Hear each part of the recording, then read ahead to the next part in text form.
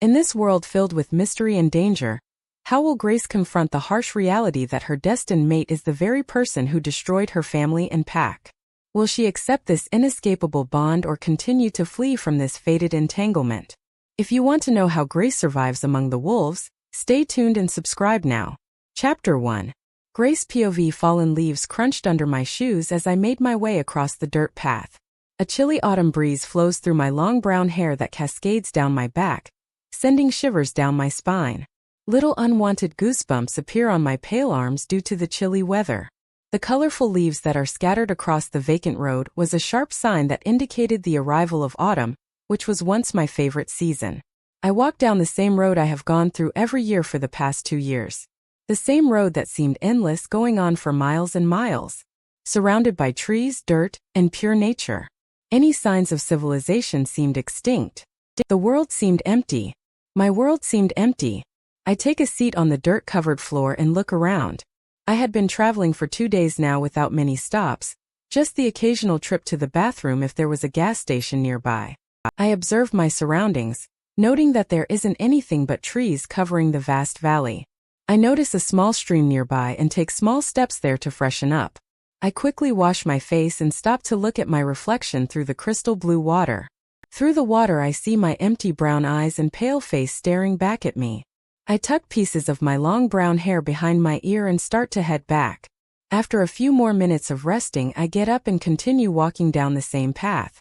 Most 19-year-old werewolves at my age would be living happily with their packs, possibly even with their mates, but not me. I've been a rouge since the raw age of 16. Having everything torn away from your life change a person drastically. If you asked me today whether or not I was the same person I was 3 years ago, the answer would be no. Truth is, time doesn't change a person, trauma and past experiences do. But I guess that's what makes us into who we are and shapes us into what we are to become. Being on my own at such a young age has taught me a lot of things. Long gone is the happy young girl with the dream life. After a vicious attack on my pack that left everyone but me dead, I have changed. Losing everyone that was important in my life at a young age left me weak for a while. Slowly, I began getting back up on my own feet, fending for myself and keeping myself safe. From that day on, I became a new person. The change in me wasn't because I was left alone, or because I didn't know what to make out of myself anymore. It was because everything that was known to me was ripped out of grasp and burned into flames, taking the old me with it.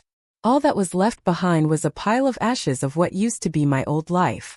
Chapter 2. Grace POV. Gathering the small amount of belongings I have with myself, I begin to walk down the same narrow road again. I continue to walk, lost in my own thoughts. I begin to wonder what would have life been if my pack was still alive. Surely my brother, the Alpha, and his beautiful mate would have been married by now, taking care of the pack, since the Alpha position was handed down to my brother by my father when he turned 18. Tears slowly fall down my cheeks as I reminisce the memories from 3 years ago. Flashback, Mom. I scream as I scramble down the stairs. My brother's loud footsteps could be heard pounding against the floor as he chased after me. Screaming, I ran faster towards the family room where my mother, father, and brother's mate were sitting. Upon seeing me and my brother, the three shared an amused look. I quickly ran into the embrace and safety of my dad's arms, away from my brother's wrath. As my brother came closer to grabbing me and getting his revenge, my dad covered me with his muscular arms. "Dad, let this devil go. She needs to be taught a lesson," my brother roared. I shrieked and hid behind my dad again. "Son, don't you dare lay a hand on my princess. Why don't you calmly tell me what she did to rile up the big bad Alpha?" my dad reasoned in a serious tone, but you couldn't miss the amused look in his eyes. "This devil ate the last of my ice cream bars that were in the fridge," my brother sneered. Immediately I came to my rescue and defended myself. "No, I did not. I don't even like those nasty fruit bars you eat." "Oh yeah, who ate them then?" my brother retorted. At this moment we saw Mate, my brother's mate, raise her hand. "Guilty as charged, but Mr. Alpha, is there a problem with that?" she asked as she stared my brother down, daring him to say otherwise. "Of course not, baby. What's mine is yours," he said as we all tried to hold in our laughs. Whipped both my dad and I snickered as my brother turned to glare at us, along with our mother, who took his side on the matter. But soon everyone burst into laughter as my brother's face turned beet red. Soon enough, he too joined in and the room surrounded with laughter. Flashback over. I wipe a few stray tears that had unwillingly fallen out of my eyes. It's been 3 years, but I doubt I'll ever get over the death of my family. Without them, life didn't seem worth it, but I knew that I had to stay alive. I was Grace Anderson, the only surviving member of the Crescent Moon Pack. I had been walking for a good 3 hours and I was close to the territory of the Crescent Moon Pack. Today was the anniversary of the day my pack was wiped out. I visit every year on this day. Nobody knows I am alive and I want to keep it that way. Since nobody found my body the day following the attack, they all assumed I was killed. I kept myself low on the radar. I was perfectly fine on my own and I didn't need anyone's pity. As I walk closer, I spot the meadow that was a few miles away from my pack. The same meadow my best friend, Meredith, and I would visit to kill time. We would lay for hours and hours just talking about life and the future. Feeling nostalgic, I stop my thoughts and notice that I am a few steps away from the pack territory. Empty. That is the word used to describe the territory. I guess Arsen Hall had to have the very last laugh seeing as he burned everything down to ashes. Arsen Hall. The name that gives me nightmares and the reason why I no longer have anyone in my life. The ruthless Alpha was too inconsiderate to get his facts straight before attacking an innocent pack. He killed an innocent pack thinking we were the cause of his father's death. At just 19 years old, he ruled the Dark Shadow Pack after his father's death and made a vow to avenge his father's death. Little did he know, the Crescent Moon Pack was never involved in the mysterious death. But it was too late now. The damage is done and nothing can be changed. Taking the last few steps, I sit down and the tears begin to fall. I mourn the loss of my family, my best friend, my pack, and all the innocent people that died that day. Why couldn't it have been me? Why couldn't I have died along with them? Lost in my own thoughts and tears, I didn't hear footsteps nearing me. So when a deep voice boomed, "Who are you and why are you on this territory?" I knew I had just landed myself in deep shit. Chapter 3 Grace POV. I didn't want to turn around. The voice held so much authority, I feared I would be recognized. "Turn around, Rouge," the voice roared. Slowly and cautiously I began to stand up, but I didn't look up. "Please don't recognize me, please don't recognize me, please don't recognize me," I chanted over and over again.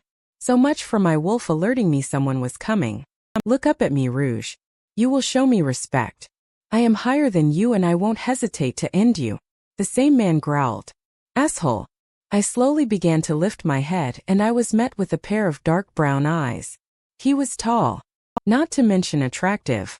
Next to him was standing an equally attractive man. They both looked the same except Asshole 1 had brown hair and Asshole 2 had blonde hair. "We won't ask you again.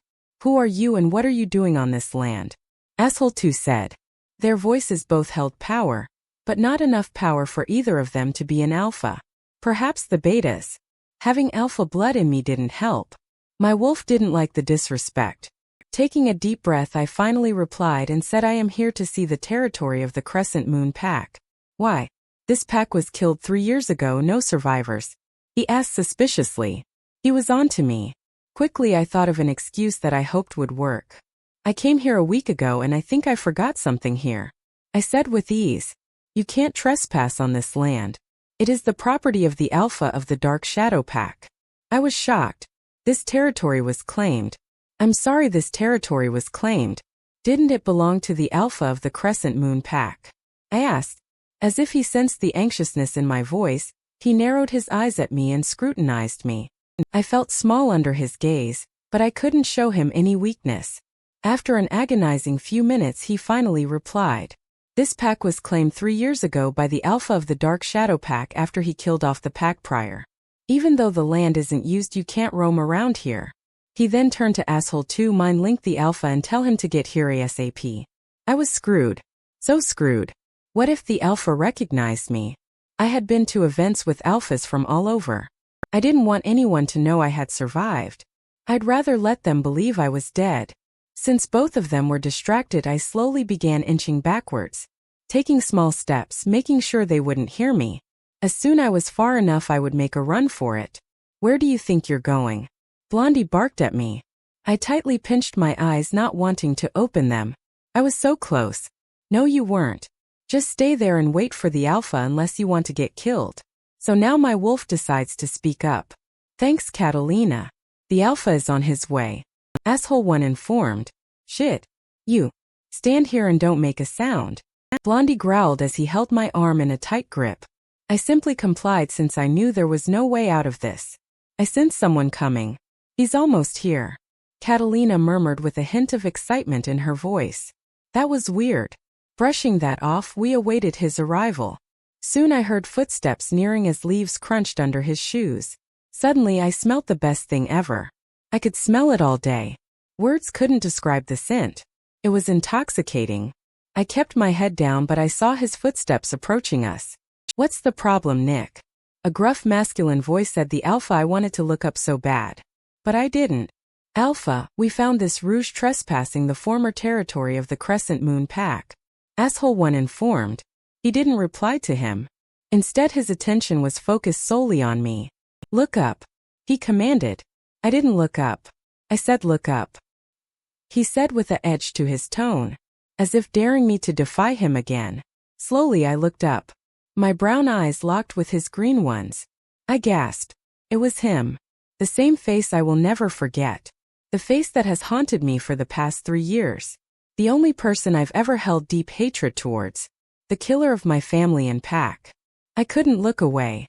Neither could he. We stared at each other for what felt like hours, neither of us breaking eye contact. My wolf was repeatedly trying to tell me something, but I ignored her. It wasn't until he uttered the next word that I finally realized what she was saying. Mine. That's all it took for me to run. Chapter 4 Grace POV. Trees blurred past me as I tried to dodge anything that came in my path. The wind pushed against my face as my hair flew in every direction. My feet began to ache due to how fast I was running, but I didn't care. I would do anything to get back on the path I was on before. I would do anything to get away from him. Mate or not, he was a killer and I despised him. I could hear his loud footsteps getting closer to me. Although I had alpha blood, he was more than likely trained unlike me. Grace, stop running from Mate. He won't hurt us. My wolf has been whining ever since I ran from him. She just doesn't realize what he's done. All that matters to her is that she's found her mate. Too bad that's not what matters to me. Stop running, his loud voice boomed. His voice was so deep and commanding that it caused shivers to run down my spine. He was getting closer and soon he would catch me. Instead of picking up speed, I shifted into my light gray wolf, my clothes ripping while in air. I landed on my feet and began running, faster this time since I was in wolf form and had more strength. Behind me I heard a crack of bones. Shit. He too had shifted. Why couldn't he just leave me alone? Can't he take the hint? It's pretty clear to me that I don't want him. I will never want him. Why does the moon goddess hate me? He can't be my mate. He's the killer of my family. The killer of my pack. I hate him, despise his very existence. We would never lead normal lives of mates. There's just too much baggage. Lost in my own thoughts, I hadn't realized I was slowing down. This gave my lovely mate the opportunity to tackle me to the floor. His wolf laid on top of mine as I kept resisting from under. I quickly bit his leg hard, which caused him to let out a growl and whimper. Taking his distraction as my chance to escape, I began running again. It was not long before I was tackled again. Except this time he bit my leg hard to disable me from running. I let out a loud whimper as blood started flowing out. I was left there on the floor in wolf form as he went behind the tree. I heard his bones crack and him shuffle around before he came out with only shorts on, a shirt in his hand. I took this moment to admire his great chest. He had an 8-pack and a well-defined chest. You could clearly see he trained a lot and spent plenty of hours at the gym. As I heard his throat clearing, I looked away. Shift and put this shirt on, he said as he tossed the shirt my way. Limping, I went towards the same tree he came out from and shifted. In human form, I could see the wound better and feel the pain more. Blood was flowing down my leg to my foot. The sight of blood made me sick, so I quickly put the shirt on and went back out. The shirt ended mid-thigh and his scent engulfed me. He smelled so good. Snap out of it, Grace. You hate him. That's not what you were thinking when you were too busy staring at his chest. Shut up, Catalina. Snapping out of it, I looked up. When I say looked up, I mean looked up. There he stood, my mate. He was at least 6 feet 4 inches and looked like a Greek god. He had the perfect face. He was every girl's dream guy. He was tan with defined cheekbones. His green eyes complemented his face even better. His nose looked like it had been broken a few times, but it still looked good. He was tall, lean, with great muscles and abs. His brown hair was fluffed on his head in the messy but styled way. I looked towards him and caught him checking me out as well. I turned red. I was barely clothed and so was he. Yet here we both were, checking each other out in the middle of the woods. Suddenly a throat cleared behind us. It snapped both of us out of the trance we were in. I turned to where the sound came from and found the same betas that brought me into this problem. He cleared his throat and began talking. Arsen, what do you want to do with her? Arsen. The name always brought shivers down my back, but today it brought shivers down my back in a good way. What was happening to me? She's coming back with us, she is my mate. He replied in a gruff voice as he glanced towards me. Upon hearing these words I turned to him so fast. I will not go anywhere with him. Turning to him I told him. No sugarcoat. I don't know who you think you are, but I will not go anywhere with you, I said obnoxiously. Amusement filled his eyes. That's where you're wrong, sweetheart. You're my mate and you will come with me, he said as if daring me to defy him again. I scoffed. You can't tell me what to do. Oh, but I can, was the last thing he said before my world became upside down. Literally. Arsen had picked me up and thrown me over his shoulder like a sack of potatoes. Matthew, bring her stuff, but before that I want you to wrap a cloth around her leg, he ordered the other beta. How sweet. Isn't our mate great? God, what am I doing? I can't warm up to him. Because if I warm up to him that means I will fall for him. And I will never fall for him. Looking up now I realized that we had begun walking and that there was a white cloth around my leg that went down to my ankle. Crap. He was taking me. I started pounding on his back, yelling like a mad woman to put me down. His arm only tightened around me as he chuckled. Only one thought marred my mind. My life officially sucks. Chapter 5 Grace POV, can you stop biting me now? Was the first thing he said to me. We had been walking for 5 minutes now. Actually, he was walking and I was still on his back. Since he wouldn't let me down and I was so hell-bent on getting down, I resolved to biting him until he put me down. It didn't work. The only reaction I got was a chuckle of amusement. I could listen to his laugh all day. Wait, what? Forget I said that. Put me down and I'll stop biting you, I retorted. You think you can walk when you've injured your foot? Forget it, Grace, I'm carrying you. He replied. How did he know my name? You told the betas your name. They probably informed him. Makes sense. And exactly whose fault is it that I'm injured in the first place? I shouted near his ear. He winced and replied with a guilty tone. I'm sorry. I had to stop you somehow. You wouldn't stop running from me. There's a reason I was running from you. I hate you. You're a killer. Why would I want to be with a killer? I blatantly said. It was silent. He didn't reply. The atmosphere had completely changed. He then let go of me and set me on the floor. We just stood there staring at each other. Listen here, you may be my mate, but I won't tolerate the disrespect, he said in a cold, clipped tone. He then turned around, continued walking, not waiting for me. I quickly followed, not wanting to get lost. I could escape, but something was pulling me back. And it wasn't my injured foot. You made mate sad, Catalina whimpered as she went to the back of my mind. I immediately felt guilty. I know that if someone had called me a killer and told me they hated me, especially my mate, I would be hurt and upset. He's so ruthless that he probably doesn't even realize that I'm the sole survivor of the pack he killed. I shouldn't care how he feels. He deserved it. He killed your family, Grace. I continued limping behind him, but soon the pain in my leg began increasing. Little twigs would poke at the bottom of my foot since I was barefoot. Deciding the pain was too much, I sat down. Arsen stopped walking as well after noticing that I wasn't following. When he saw my expression and how I sat down abruptly, he quickly strode towards me. He bent down and I could see the worry clear in his eyes. What's wrong? He asked frantically. I was taken aback. Even after all the hurtful things I said to him, he still cares. My foot is aching really bad. The pain is becoming worse, I informed him, avoiding his gaze. I was ashamed for sounding so weak. He looked back, then turned to me. We're getting closer to the pack house. I've informed the pack doctor and he's waiting for us to arrive. If you'll let me carry you there, we can get there faster and without any more issues, he said. Even though he was worried about me, I could tell he was still angry about what happened earlier. Not wanting to feel any more pain, I complied. "Okay, just please hurry. I think something is stuck on the bottom of my foot." He didn't say anything. He simply picked me up bridal style and began walking. Within 15 minutes I saw a huge house. Mansion isn't even the word that would be used to describe it. It was huge. This was probably the pack house. I could feel the eyes of curious onlookers from the pack on us. I buried my head in Arsen's chest as people turned to look. I felt uncomfortable under the scrutinizing gazes of the people from the pack. Arsen, probably sensing the change in my attitude, turned to everyone and boomed in a loud voice. "Stop staring, go back to what you were doing." Upon hearing the Alpha's command, everyone turned and carried on with their conversation. Although they turned away, I could still tell they were all curious. After all, there was a girl in the arms of their Alpha. Arsen walked into the pack house and entered a hallway. He walked down and came to a stop in front of a door and entered. There stood a tiny man with a white lab coat on.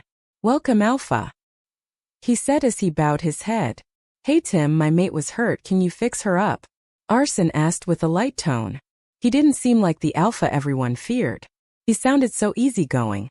Upon hearing the word mate, Tim's eyes glowed and a huge smile took over his face. "Congratulations, Alpha. And of course, just set her down over here," he exclaimed as he pointed to the bed next to him. Arsen walked over there with me still in his arms and set me down. Tim then came over with his first aid kit and began examining my foot. All while Arsen stood in the corner of the room with his arms crossed staring at us. Damn, he looked hot. After examining my foot, he turned to Arsen. "Well, Alpha, she's a lucky one. She only sprained her ankle and the bleeding from the wound has stopped. All we need to do is clean up her wound and wrap her ankle so it can heal. I sense Alpha blood in her, so she should heal very soon," he said with a smile as he began bandaging me. Arsen turned to me with a dumbstruck look. "You have Alpha blood. Why couldn't I sense it?" I shrugged. "Yeah, I do, and I don't know why," I said as I avoided his gaze. But deep down I knew why. I had no links anymore. My pack was dead and so was my family. I wasn't well trained. Training was due to begin soon for me, but then tragedy struck. Arsen stared at me as if he sensed that I was hiding something. Tim's voice caused him to break his gaze from my face and turn to him. "She's all set, Alpha. I recommend bed rest until she is fully healed." "Thanks, Tim, have a good day," Arsen dismissed. "Likewise, Alpha," Tim said before leaving the room. Arsen didn't say anything. His eyes were glazed over. Someone was probably mind-linking him. Arsen then turned to me. "You can rest here while I go take care of something. I'll be back soon," he informed before leaving. I took a deep breath. What has my life turned into? How did so much happen in one day? I lay down just thinking what's in store for me next. I have a mate, but he's the person that killed my family and pack. I didn't know what to do, so when sleep finally took over, I complied and let the darkness consume me. Chapter 6 Arsen POV. I stand outside the door of the room she's currently to make sure she won't try anything while I'm gone. I gave her a random excuse that I needed to tend to something, but in reality I just needed to think. As soon as I hear her steady breathing, I start walking towards the direction of my office. "Grace, my mate, our mate, don't forget she belongs to us both," my wolf Xander said with a mischievous tone. I softly chuckled as I reminisced the memories from today. Never would I have thought I would have found my mate, nor would I have thought she would be a rouge. She was definitely intriguing. Not afraid to speak her mind, using her words wistfully. She didn't fail to amuse me. I was sitting in my office completing paperwork for a treaty with another pack when one of my betas mind linked me. It's not unusual to have two betas. My grandfather had two, my dad had two, and I intend to carry on the legacy. Not only were they both loyal, but I trusted them with my life. All three of us have been close since diaper days. As soon as I sensed the urgency though the link, I became on edge. "Nick, what's wrong?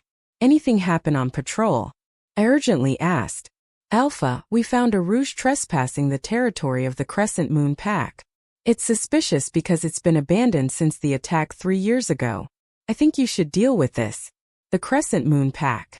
The loathing I held for this pack was beyond words, and to this day I feel no remorse for wiping out the entire pack. They deserved it. After all, they murdered my father. Pushing away my dark thoughts, I grunted to Nick that I was coming and began walking. Crescent Moon was the neighboring pack, so it didn't take much time to get there. Soon I saw 3 people in the distance. As soon as I got closer, I smelt something so divine. It smelt like vanilla and roses. I sniffed the air like a madman, aching for more of the scent. Mate is near. Go to Mate. Hurry. Xavier shouted with excitement. Taking the last few steps towards the betas and the rouges, I slowed to a stop. There stood a girl about 5 feet 3 inches. She was wearing an old pair of jeans with a sweatshirt and torn-up Converse. Her long brown hair cascaded down her back, ending below the ribs. I was aching to see her face, but I couldn't because she was looking down. Look up. I commanded in a gruff voice. She didn't look up. I said look up. I repeated with more of an edge to my tone. Slowly she began lifting her head and my eyes locked with her brown ones. She was beautiful. Her face, eyes, nose, lips, everything was perfection. Mate. Mate. Mate. Xander repeated in my head while I solely stared at her. This is our mate. I found my mate. Mine, I growled, taking a step towards her. But before I could grab her, she ran. In no time I was running after her, leaving the betas there in shock. I soon caught her, accidentally injuring her on the way.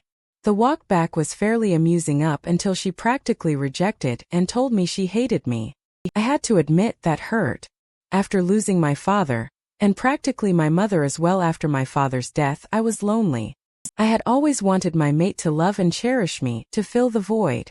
I know the big bad vicious alpha has feelings. Although I don't feel remorse for what I do, I'm not completely heartless. I treat my pack with care and respect and do the best to protect them. I had taken over the pack when I was 18. My dad passed down the position to me. Everyone was so happy until tragedy struck a year later, and my father was killed. After examining her foot and Tim saying that Grace would be okay, I let out a sigh of relief. I could tell she still felt uneasy around me, so I gave her space.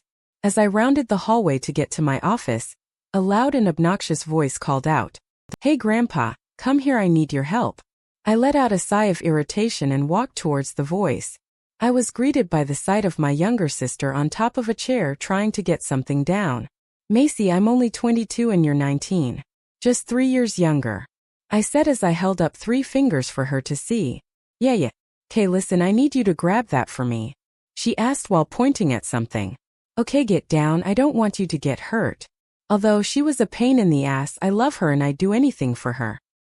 "Here," I said as I pushed the book she wanted towards her. After noticing that she didn't grab the book from me, I looked towards her to see that she had a dumbstruck look on her face. Next, I heard a loud scream next to my ear as Macy hugged me while jumping up and down. "You found your mate. Oh my, I'm so excited. Where is she? Why didn't you introduce me?" She had a crazed look in her eyes. Shot numerous questions my way. "Mace.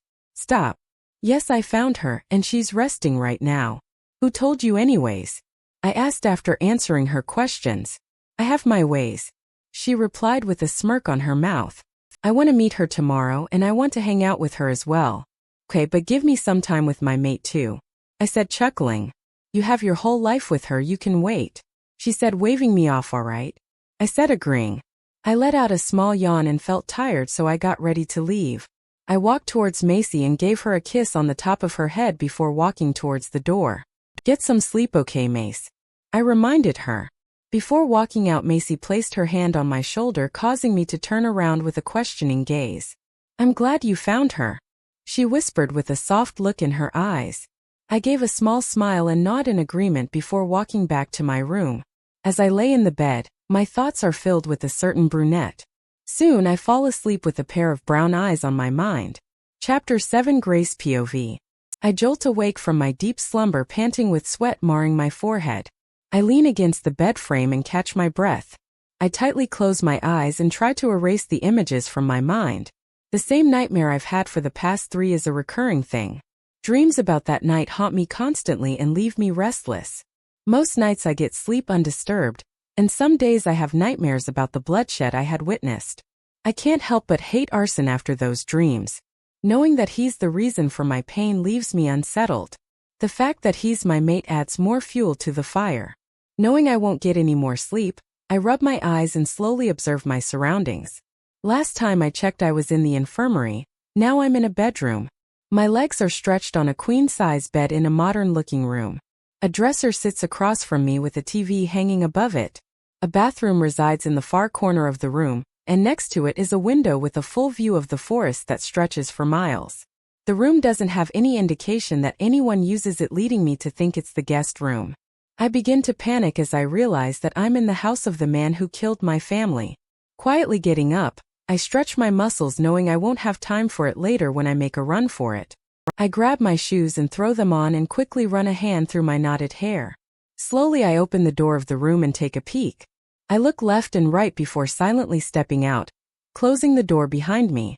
I descend down the stairs as fast as I can. Barely anyone is awake since it's the break of dawn, which gives me an advantage. We just found Mate. Why do you want to leave? Catalina says as she paces back and forth in my mind. She will never understand why. She is blinded by the fact that she has found her mate. I ignore her and continue to walk down the hall. I turn the corridor and spot the door leading me out of the pack house. I bolt over to it and begin to fiddle with the lock, but quietly curse under my breath when I see the complicated locks on the door. I continue to try to unlock the door, but no avail. Suddenly someone's hand lands on my shoulder, and I jump in fright and turn around. A girl stands there with the biggest smile on her face. She has a tiny face and auburn hair that falls a little past her shoulders. She's absolutely stunning.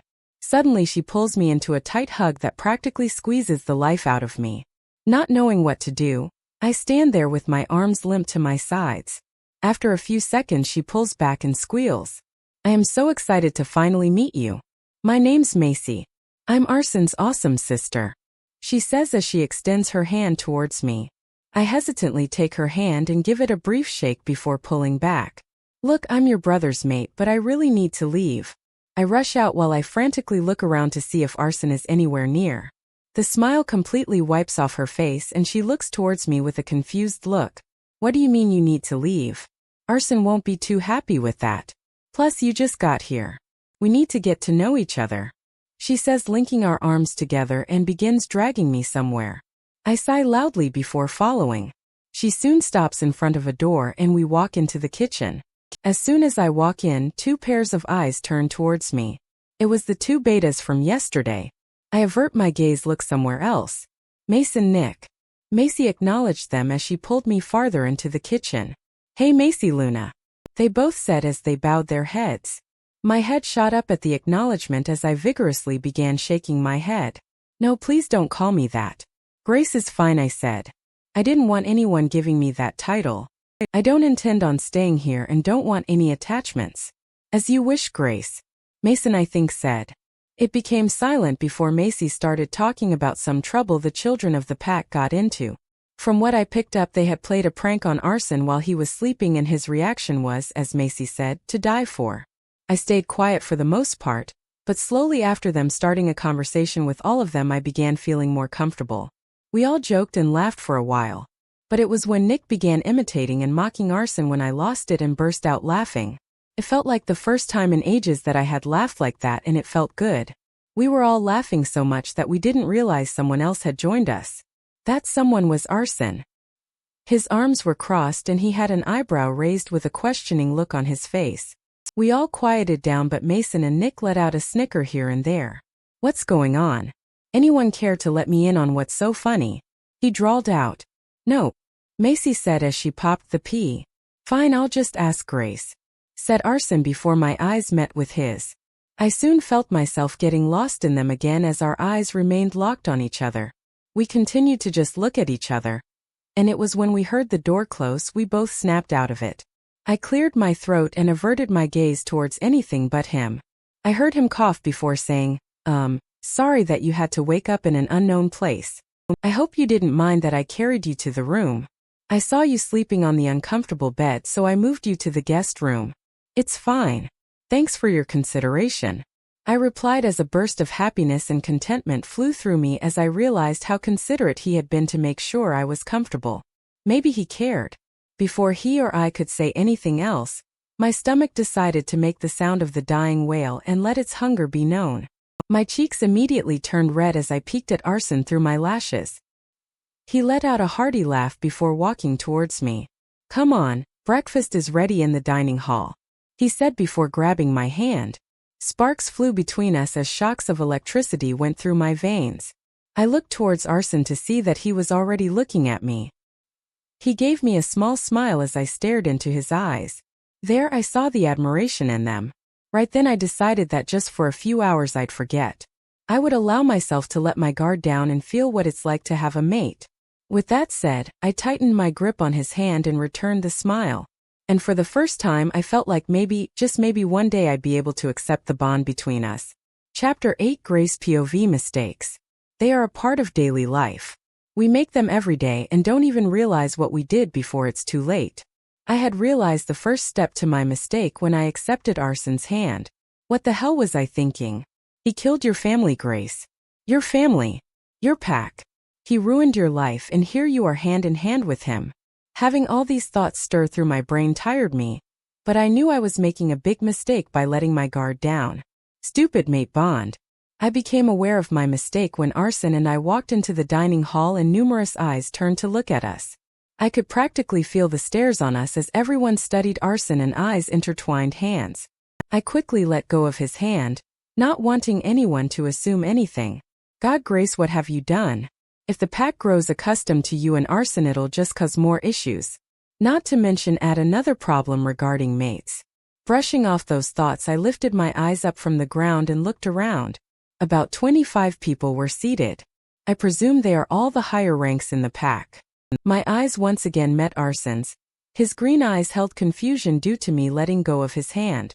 I masked my face of any emotions and stared back at him with the same lifeless eyes I've had for the past 3 years.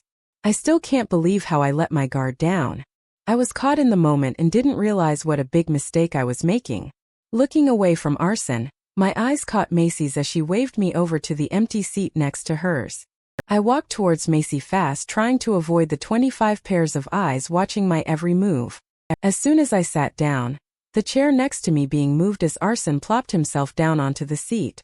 I glanced at him from the corner of my eye before looking towards the table. Most of the people there had their food and were devouring it. Everything ranging from pancakes, fruits, juice, toast and waffles was placed on the table. My mouth watered and my stomach grumbled as I looked at the food. I hadn't had a meal in about 2 days and I was famished. Grabbing a plate, I placed 3 pancakes, a piece of toast and a few strawberries on it. I poured in my juice and dug right in. I hadn't noticed the numerous eyes on me as I continued to eat, savoring the taste of the delicious food in my mouth. I heard a few people chuckle, including Arsen and Macy. Wow, Arsen, you're gonna have a handful with this one, she sure has an appetite. But hey, she looks like she will make a great Luna. A young guy that looked around 23 said with a bright smile. As soon as the words left his mouth, my fork fell from my hand as I completely froze. The whole table had turned silent due to my sudden drop and had their eyes on me. I didn't say anything as I pushed my chair out and quickly walked out of the dining hall. I walked aimlessly around the house and soon made it upstairs. I was wandering around when I came across 2 glass doors. I could see a balcony and a clear view of the forest. Opening the door, I walked outside, closing the door behind me. I leant against the railing and stared out at the endless amount of dirt, trees, and plants. What I didn't want to happen happened. The people in the pack are aware that they have a Luna and are getting used to that term. Little do they know I could never be their Luna. They don't understand the hatred I have for this pack and for Arsen. There may be a mate bond, but I will never forget the pain I endured for 3 years. When I let my guard down today, it was a moment of weakness. I let the emotions that I had pushed so far back come out. I am incapable of love, and more specifically, I am incapable of loving the man who ruined my life. I don't know how long I stood on the balcony just thinking, but I soon heard the glass door open and close as someone joined me. I turned towards the person only to see a pair of green eyes that I seemed to find myself getting lost in. Is there anything I can help you with? I asked Arsen in a cold tone, keeping my eyes impassive. You left so suddenly as soon as Trevor mentioned the word Luna. Tell me, Grace, why do you push me away? Why do you run at the word Luna?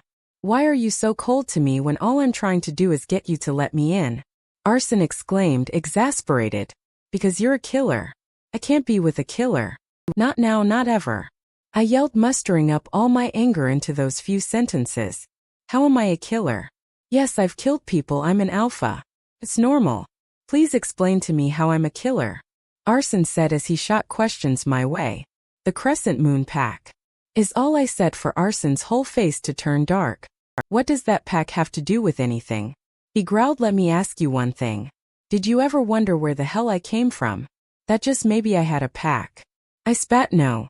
It can't be. Arsen drawled. Yes, it was my pack. Yes, my father was the Alpha. And yes, I was there when the attack happened. I was there when you viciously killed my family and pack. I screamed as tears began leaking out of my eyes. Arsen just stood there shocked. I couldn't take it anymore. Pushing past him, I ran down the hall and back into the same bedroom I woke up in. I laid there on the bed for what felt like hours, just crying and thinking about how messed up my life is. What was supposed to be something I could look forward to in my life became something that was the nightmare of my past. Will I ever catch a break? Deciding that I couldn't stay here any longer, I made sure that I had all of my stuff packed and ready. I didn't have much anyway, so there wasn't a lot to pack. Tonight, when everyone would be asleep, I would escape. At the thought of leaving tonight, my heart can't help but clench and sink. What I can't seem to understand is why. Chapter 9 Grace POV.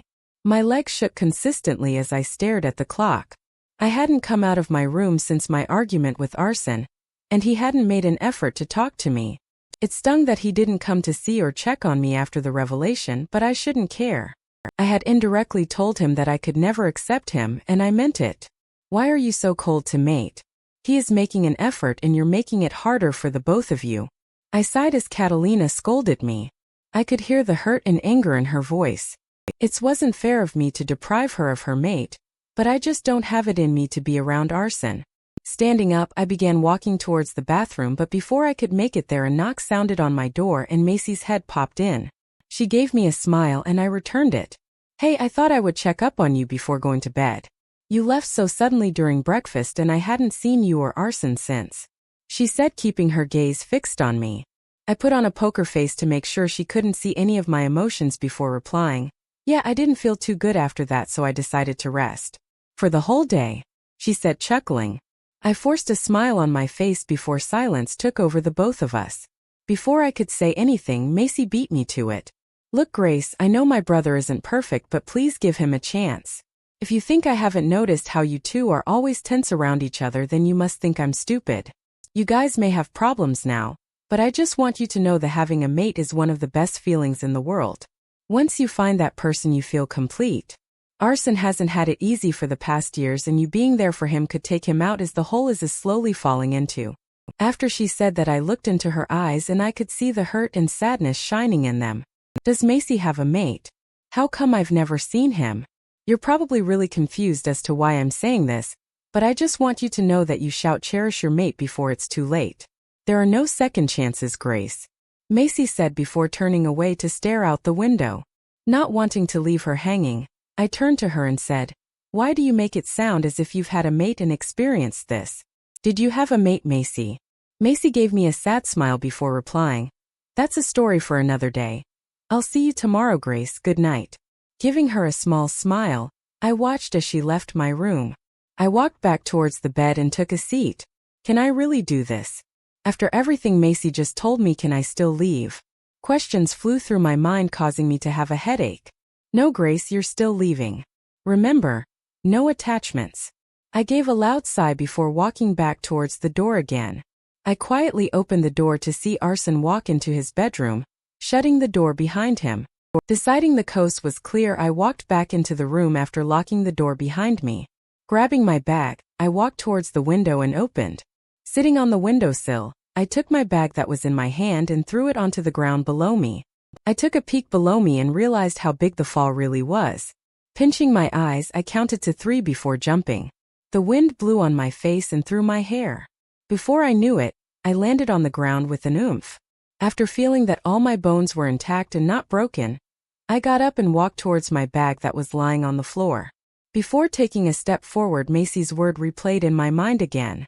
There are no second chances, Grace.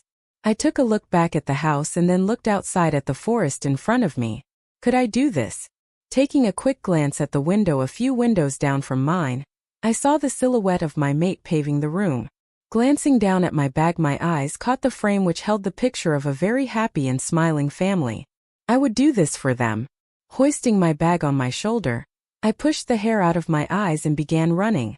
I fought the urge to look back. Something in me was begging for me to not leave. It was as if a magnetic force was trying to get back to the house. This is for the best, Grace. Keep walking and don't look back. With that said, I continued on through the forest in the dark night with a heavy heart. And not once did I turn back. Chapter 10 Grace POV. Twigs snapped under my shoes as I continued through the forest. I had no idea where I was going and what I was going to do now that I had escaped. I rubbed my chest where my heart lay. The pain there was so intense. I didn't even understand why I was feeling pain in the first place. Maybe because Arsen never did anything wrong to you since you've gotten here. He's been nothing but kind.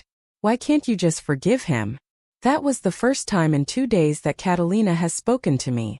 Ever since I left, she has taken refuge in the back of my mind, refusing to speak to me. I had been wandering around for almost 2 days. I wasn't sure if I was even out of Arsen's territory yet. It looked like I was on the far edge of it where nobody ever came, where it was isolated. I came to a stop as soon as I saw a large oak tree where I could sit and rest for the night. I had been walking for 2 days not knowing where to go at all. I set down my small bag of items and started to gather twigs and sticks to begin a fire. As soon as I had enough, I took out a matchbox from my bag and lit a fire. I sat nearby staring into the blazing flames as my thoughts consumed me. Flashback. I pushed my legs farther as my breath came out in small pants as I ran. I dodged whatever came in the way as I continued running. The only thought in my mind was that my pack was dead, my parents were dead, and there was nothing left for me there. My father's words rang through my head. Run, Grace. Just run and don't turn back. As soon as I couldn't hear any more commotion and made sure I was far away from my territory, I tumbled to the floor and broke out in sobs. I mourned everything. I mourned the loss of my amazing family, I mourned the loss of a strong and loving pack, and I mourned over my best friend. I had nothing anymore. I was alone without anyone. After crying endlessly for hours on the dirt floor, I collapsed from exhaustion in the dark and lonely woods. The next morning I awoke to the sounds of birds. Still groggy, I looked around wondering what I was doing in the woods. Why am I here? Did I stay out too late? Suddenly reality crashed back into me as I remembered what happened. My family was dead. There was nothing left of my pack. And the reason behind it was Arsen Hall. A monster. A murderer. I realized then I couldn't stay out here in the woods. Anybody could be out here. Danger could still be lurking. Arsen could be lurking. Go into town and buy a few supplies. My wolf Catalina weakly mumbled. Following her commands, I got up, wiping the tears from my eyes. I walked aimlessly around the woods until I came across a stream. I kneeled down and stared at my reflection in the dark water. My eyes were red and bloodshot from all the crying I had done, and my hair was disheveled. Grabbing some water from the stream into my palms, I splashed some onto my face. When my face looked clean enough, I combed my fingers through my hair until it was tamed. Slowly I got up and began walking until I finally spotted a town. Welcome to Brownsville. Population of 4,628 foot. Read a huge sign. Cars flew past me as I stood on the side of the road. I had never heard of this town before. Had I really gotten so far from my territory? You ran for 7 hours straight. You're no longer in the town near your pack. You're miles and miles away. Consider this a strength. You're away from danger. Finally understanding my situation, I started walking towards a gas station. I patted my pocket to see if my wallet was still intact from before the attack. Feeling the smooth leather under my palm, I pulled it out and opened it. 5 smiling faces stared right back at me. 4 of those faces I would never see again. In the picture stood my lovely mother and father, my father's hand around her waist as their eyes twinkled. Next to them stood a smiling me laughing at her brother's scowling face. And next to him stood his glowing mate with a mega-wet smile. The memory is clear in my mind. Last year's Christmas that we had spent at the family cabin. The happiness was so clear. Everything was perfect. And just like that, everything was ripped away from me in a matter of minutes. Closing my wallet and wiping a few stray tears from my eyes, I lifted my head and started my walk towards the station, not knowing at all what was in store for me. Flashback over, I shook my head, snapping myself out of the phase I was in. I felt something wet on my cheeks and realized it was my tears. Not bothering to even wipe them, I let them fall freely as I once again mourned the death of my family. Chapter 11 Arsen POV. One step forward, another step back. I walked into my room and slammed it shut as I paced around my room. God, she made me want to pull my hair out. Why didn't I realize it sooner? Of course she was the missing daughter. She had the name, she looks the same but with sharper and more dominant and mature features now that she's older now. I can't believe she's a part of that pack. She's still Mate. We will love her regardless. My wolf said. Stupid lovesick puppy. Will I actually be able to love Grace? She is a part of the pack that is responsible for my father's death. She's basically one of them. We both have so much baggage. How would we even make this work? She doesn't seem to be too fond of you either. My conscience taunted. That I knew. She hated me. I killed her pack and her family. If there was an award for most complicated set of mates, it would be given to Grace and I. We were both stuck between a rock and a hard place. We both had our own demons and pasts. I shouldn't care for her. She shouldn't mean anything to me. The problem is I care. I care a lot. More than I should. The bond is developing so quickly right before us. It won't be long till either of us can fight it. Before I could torture myself even more with all this thinking, my wolf began pushing through my mind, yelping as if he were trying to tell me something. Mate. Mate. Go check, Mate. Go. Sensing the urgency through his voice, I got up from my bed and started towards Grace's room. A heavy feeling was on my chest as I was walking towards her room. Little by little my steps became faster as I came to a halt in front of her room. I knocked on her door once. No response. I knocked again. Grace. Are you in there? Can I come in? I asked, trying to keep the worry out of my voice. Feeling desperate, I went for the doorknob, praying it wasn't locked. It wasn't. But that's not what I cared about. Her room was empty. Nobody was in there. All her belongings gone, with her window wide open. She was gone. I was alert, angry, worried, and determined, and my wolf felt exactly the same. Matthew. Nick. Come here quick to Grace's room. I commanded through the mind link. What's up, man? Said Matthew as both him and Nick appeared in Grace's room within seconds. Grace escaped. Wind up our best men and get ready. We're leaving as soon as we can to get my mate back. I said, feeling more agitated by the minute. Soon Matthew left to go inform the pack men and wind up supplies. Hey Arsen, calm down man, we'll find her, said Nick as he gave me a reassuring pat on the shoulder. Right then a sleepy Mate walked into the room. Seeing all the commotion, her eyes went wide with curiosity and worry. She quickly walked towards me. Arsen. What's going on? Where's Grace? Why are all the men from the pack getting ready to leave? Running a hand down my face, I mumbled my response. Grace left. We're leaving to go find her and bring her back. Her eyes went wide. She's gone. She shrieked. Find her. Arsen, it hasn't even been 2 days. Before I could reply, Matthew walked in and glanced around until his eyes landed on Mate. She too froze and stared at him before quickly shifting her gaze. Pain was evident in both their eyes as they avoided eye contact. What was up with that? Brushing that off, I looked towards Matthew and asked if all the men were ready, to which he responded with a nod. As soon as all the men were wounded together, I barked my orders and we all shifted and bolted into a sprint. Time to go get my mate back. Chapter 12 Grace POV. Waking up the next morning, I rubbed the sleep out of my eyes and sat up. I was sitting for a few minutes staring into nothing when I heard a snap of a twig. Catalina went on edge and was signaling me something. Danger. I didn't have even 2 seconds to comprehend what she was saying when I heard 3 malicious growls. Nice going, Grace. Got yourself into shit again. Turning around, I came across 3 huge wolves. They weren't big enough to be alphas, but they were still larger than the average. They all had the same muddy brown fur color, and had drool dripping down from their teeth. Rouge. I slowly started inching backwards. Hey listen guys, I'm not looking for any trouble, so with that said I'll be going. Before I could take another step back, the one in the middle let out a loud growl and pounced on me. I thrashed underneath him, trying to kick anywhere I could. I punched his snout, which left him distracted.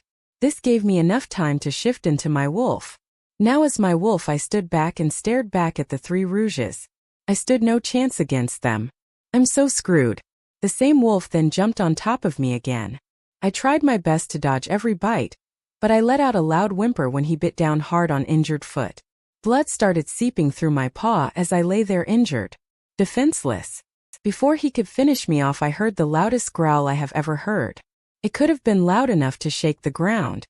Seconds later, 10 huge wolves stood in front of us. But what I was focused solely on was the midnight black wolf who towered over all the other wolves standing in the front. He stood with confidence and had a dangerous glint in his eyes. Arsen. I knew it was him because of how Catalina was purring in my mind and pacing back and forth.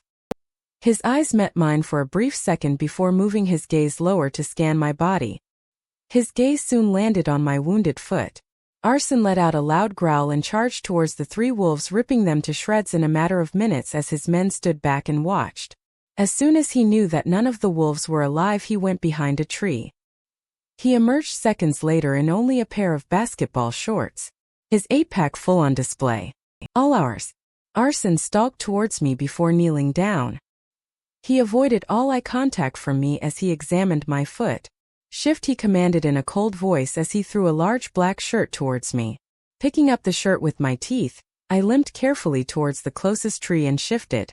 I put the large t-shirt on quickly as I was engulfed in Arsen's scent. Limping back towards Arsen, I was met with a pair of 10 eyes on me. Feeling uncomfortable, I began pulling the shirt down to cover as much as I could. It reached mid-thigh, but I still felt exposed. Arsen let out a growl as he saw all the lustful stares from the men in the pack. All of you leave. I can take care of it from here. All the men except Nick and Matthew began walking back in the direction they came from. Hey man, you got it from here? Matthew asked Arsen. Arsen nodded as he let out a loud sigh. Take it easy, will ya? Nick said before patting Arsen on the back and walking in the same direction as the men with Matthew. Arsen then turned to me. Silently, he picked me up bridal style as we walked back towards his territory. A sense of déjà vu came over me as I remembered Arsen doing the exact same with me just days before. I could sense his anger and I felt guilt. I knew he was angry at me. He was ignoring me and couldn't even look me in the eye. A pang of hurt went through my heart at the thought of Arsen ignoring me. Arsen. I got no response. Knowing he wasn't going to reply, I let out a sigh and rested myself against his shoulder. Might as well make myself comfortable. I have a feeling Arsen isn't going to be letting me out of his sights for a long time. The video is about to end, but Grace's story continues. Subscribe to our channel and journey with her into the unknown.